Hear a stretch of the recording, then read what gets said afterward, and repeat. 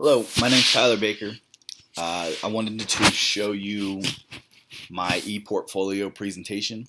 I decided to use Google Sites as an ePortfolio presentation um, as a way for students to showcase their work that they use on a lot of different various projects that we use and create throughout the year.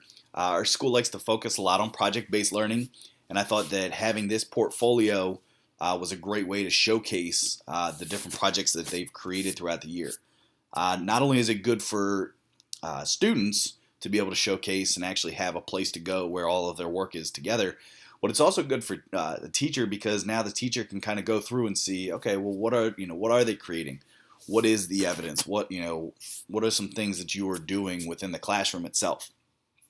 It's great because now the students would have something that could kind of go year to year, saying, hey, here's what I was able to create.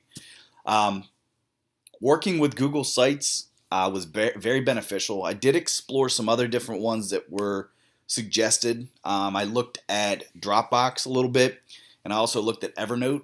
I found that Google Sites, though, was the most beneficial because a lot of my students are already familiar with Google and the different apps that are involved with it. I did find it interesting that you could actually already, if we go over here to the pre-published page, that you could actually go right from your Google Drive and upload things that you've already created, that you've already saved within your Google Drive. Being able to embed things from YouTube, calendar, map, I mean, it's very endless with the different tools that you could use here.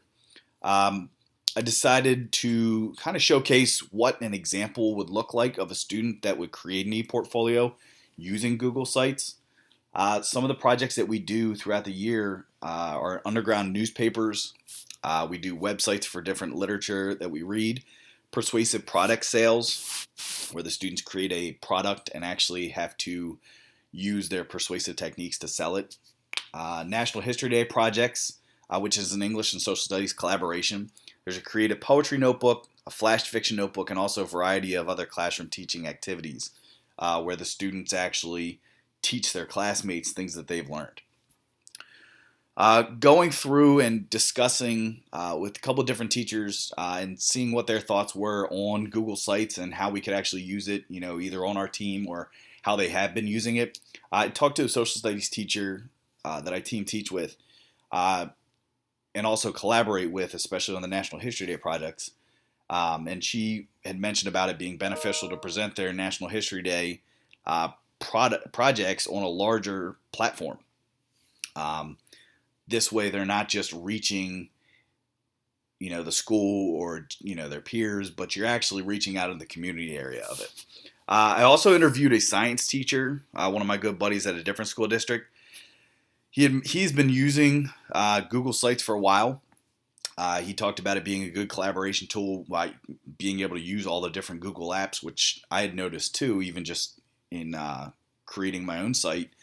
And also seeing that students are already familiar with Google, which was something I also agreed with because, in our school district, that's what a lot of the kids are creating. That's where they're saving a lot of different things. That's what most teachers are already using in order to, work across the board with Web 2.0.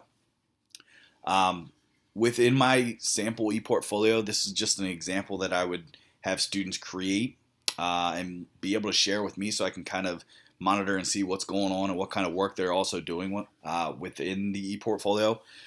But each of the different projects that we would create would have their own tab as you would kind of click through some things. So I just made a couple different sample pages to show how it would be showcased within the thing itself.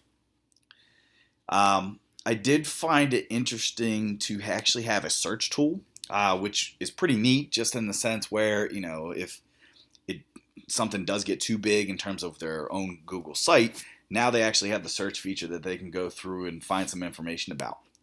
While working within the Google Sites website itself, I had mentioned a couple of different things about just the themes. It was very easy to get around and kind of a smooth interface where one could work with and kind of figure it out just by clicking on some things and messing around and within the website itself to kind of see, how does this go here? How does this go there? Um, but again, one of my favorite features is the fact that you already have Google Drive right here where you can embed things and upload things right from things you've already created. This portfolio, this e-portfolio that I would have my students create, would be a presentation portfolio. When I went through Helen Barrett's presentation and kind of looking at things, I found it interesting when she had talked about the two faces of e-portfolios. You have a working portfolio and then you have a presentation portfolio. This presentation portfolio would really be a showcase for the students to use and say, hey, here's the work that I've completed and done the entire year. At the same time, thinking about it in terms of a working portfolio, the students are going to be adding to it throughout the year, not necessarily as a reflective journal, but more or less an archive for their artifacts, ultimately getting to showcase, like Helen mentions here, their product. One thing I found very helpful was from the Edutopia article, going through and seeing what e-portfolio am I going to use. These questions right here were really very important in terms of going through and kind of checking the box, if you will, as to, okay, well, can student work be made public, or is it walled garden? Can students view and comment on each other's work? And I started to think about using Google Sites in collaboration with just the Google Classroom itself. Because a lot of times, now students can view and comment on each other's work. They can do that within Google Classroom, all right, by just plugging in their site and having students kind of go through and explore their different websites. Same thing with feedback, using it in collaboration with Google Classroom, I think would be very important.